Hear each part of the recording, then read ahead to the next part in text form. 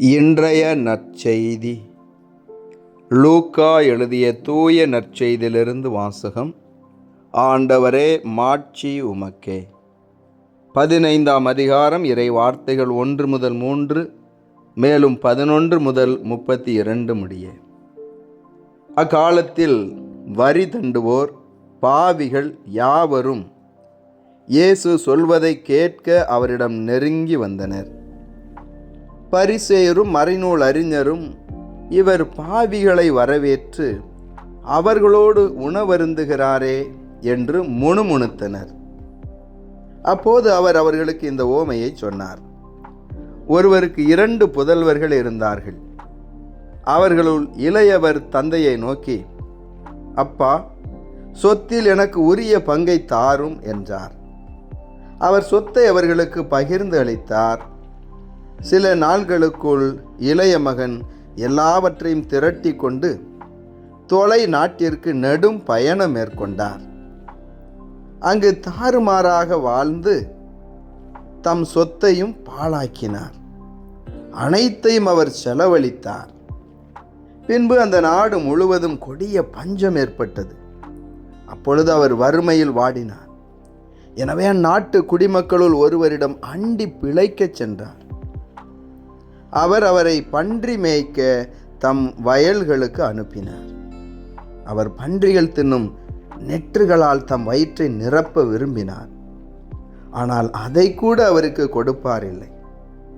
அவர் அறிவு தெளிந்தவராய், என் தந்தையின் கூலி ஆட்களுக்கு தேவைக்கு மிகுதியான உணவு இருக்க நான் இங்கு பசியால் சாகிறேனே.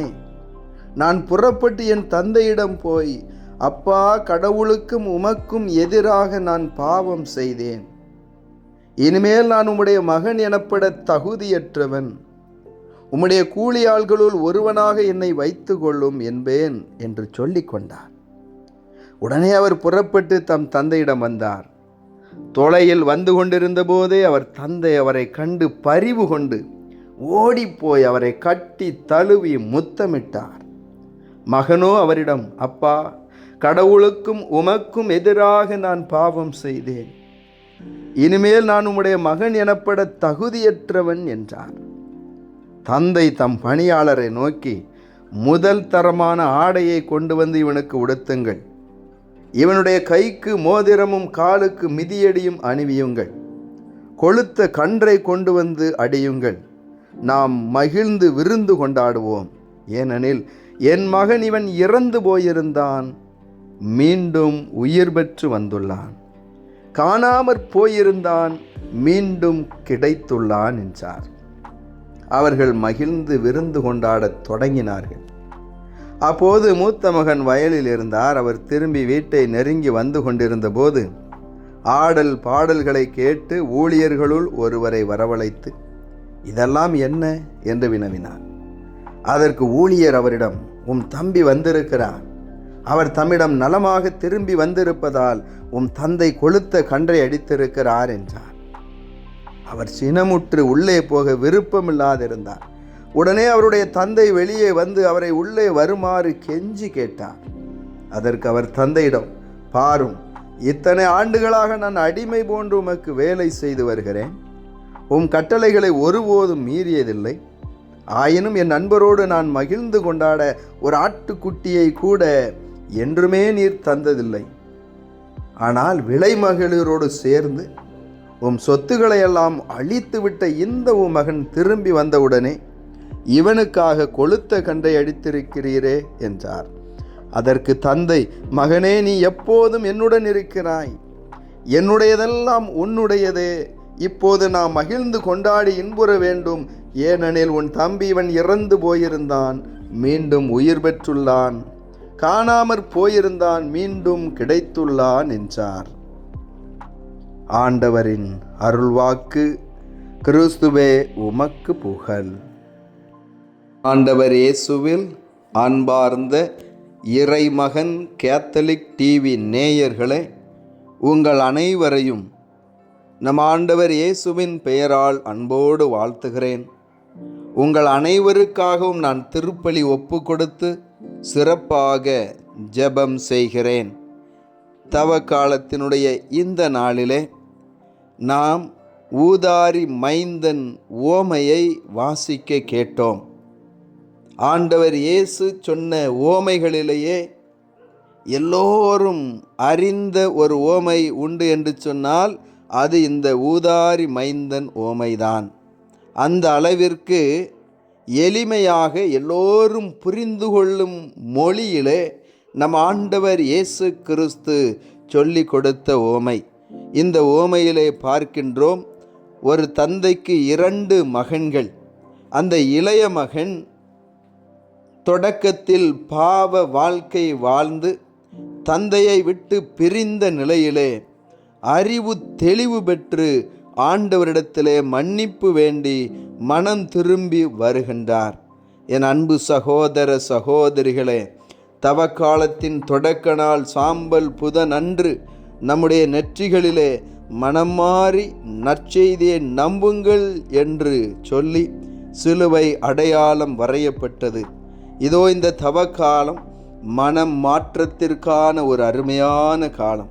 ஆண்டவர் நமக்கு கொடுத்திருக்கக்கூடிய அருமையான ஒரு வாய்ப்பு. நம்முடைய தவறுகளையெல்லாம் நாம் சரி செய்து மனமாறி கடவுளுக்கு உகந்த பிள்ளைகளாக வாழ வேண்டும்.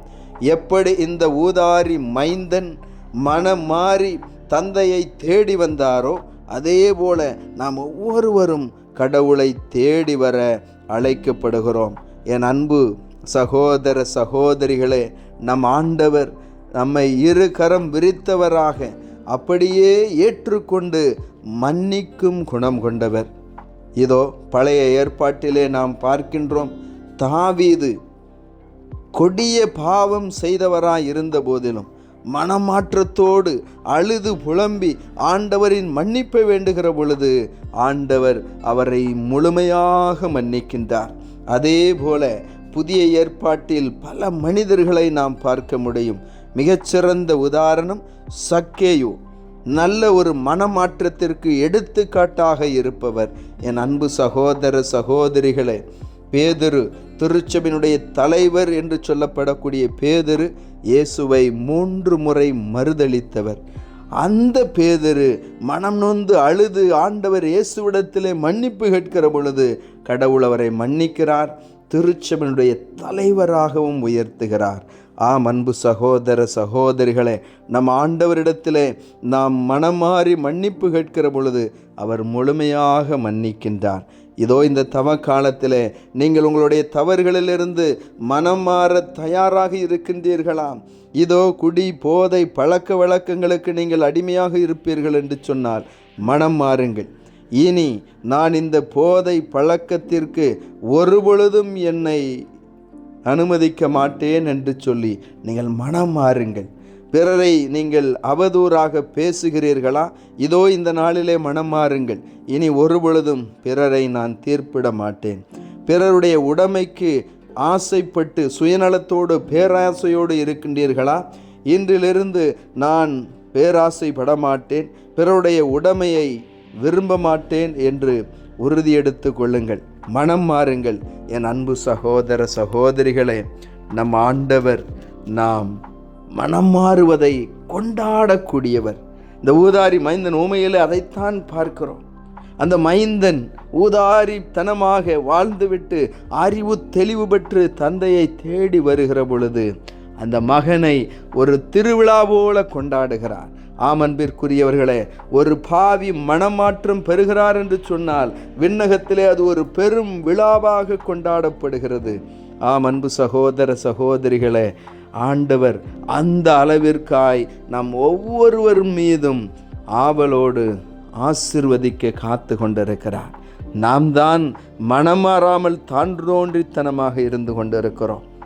நாம் எந்தெந்த நிலைகளிலே தவறு செய்து கொண்டிருக்கிறோம் என்பதை அறிவோம். இதோ இந்த நாளிலே அறிவு தெளிவு பெறுங்கள். யாருக்கு எதிராக நீங்கள் குற்றம் செய்து கொண்டிருக்கிறீர்கள் என்பதை உணர்ந்து ஆண்டவரிடத்திலே மன்னிப்பு கேளுங்கள். மனமாற்றத்தோடு தாழ்ச்சியோடு வாருங்கள். ஆண்டவர் உங்களை மன்னிப்பார். அதோடு கூட உங்களுக்கு தேவையான எல்லா ஆசீர்வாதங்களையும் சேர்த்து கொடுப்பார் என்று நாம் ஜெபிக்கிறோம். ஆனால் அதற்கான ஆசீர்வாதத்தை பெற முடியாமல் இருக்கிறோம் என்று சொன்னால் அதற்கு நாம் செய்ய வேண்டிய காரியம் மனமாற்றம். நம்முடைய தவறுகளை நாம் சரி செய்து கொள்ள வேண்டும். கடவுளுக்கு உகந்தவர்களாய் இருக்க வேண்டும்.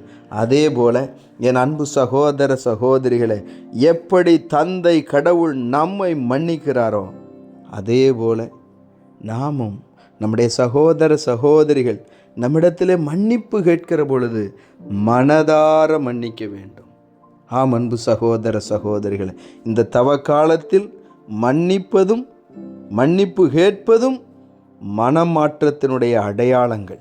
எனவே இந்த 2 காரியங்களுக்கும் வாய்ப்பு கிடைக்கிற பொழுது, தேவைப்படுகிற பொழுது நாம் முக்கியத்துவம் கொடுப்போம். இயேசுவுக்கே புகழ், மரியே வாழ்க. மன்றாடுவோமாக. எங்களை மன்னிக்கும் அன்பின் ஆண்டவரே, உம்மை போற்றி புகழ்ந்து உம்மை ஆராதிக்கிறோம், உமக்கு நன்றி செலுத்துகிறோம். இந்த புதிய நாளை தந்ததற்காக நன்றி ஆண்டவரே.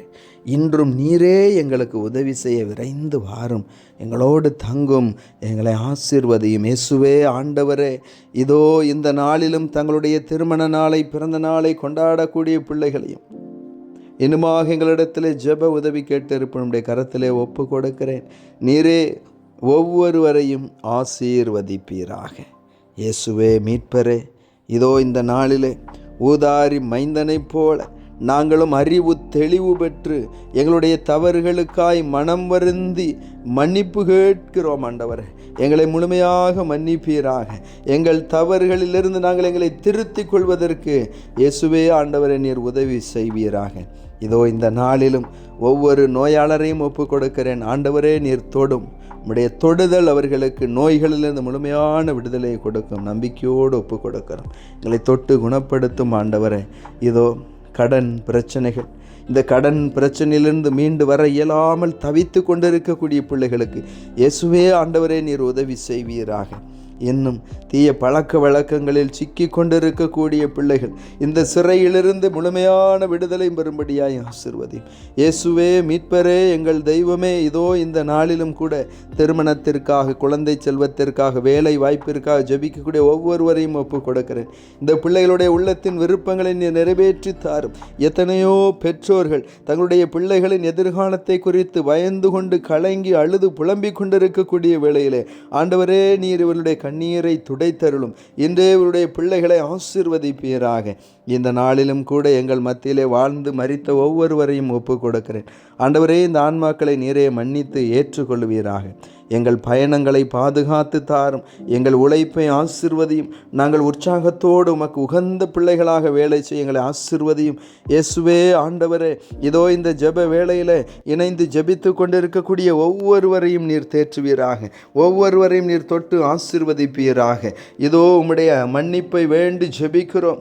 எங்களுடைய பாவ பலவீனங்களை எல்லாம் நீர் அறிந்திருக்கிறீர். இயேசுவே ஆண்டவரே, அன்று நீர்தாமே சக்கேயுவை மன்னித்தது போல, பவுலடியாரை மன்னித்தது போல எங்கள் ஒவ்வொருவரையும் மன்னித்து ஏற்றுக்கொள்வீராக. உமக்கு உகந்த பிள்ளைகளாக, உம்முடைய வார்த்தையை அறிவிக்கக்கூடிய உண்மையான பணியாளர்களாக எங்கள் ஒவ்வொருவரையும் ஆசீர்வதித்து வழிநடத்த வேண்டுமென்று உம்மை மன்றாடுகிறோம். ஆமேன்.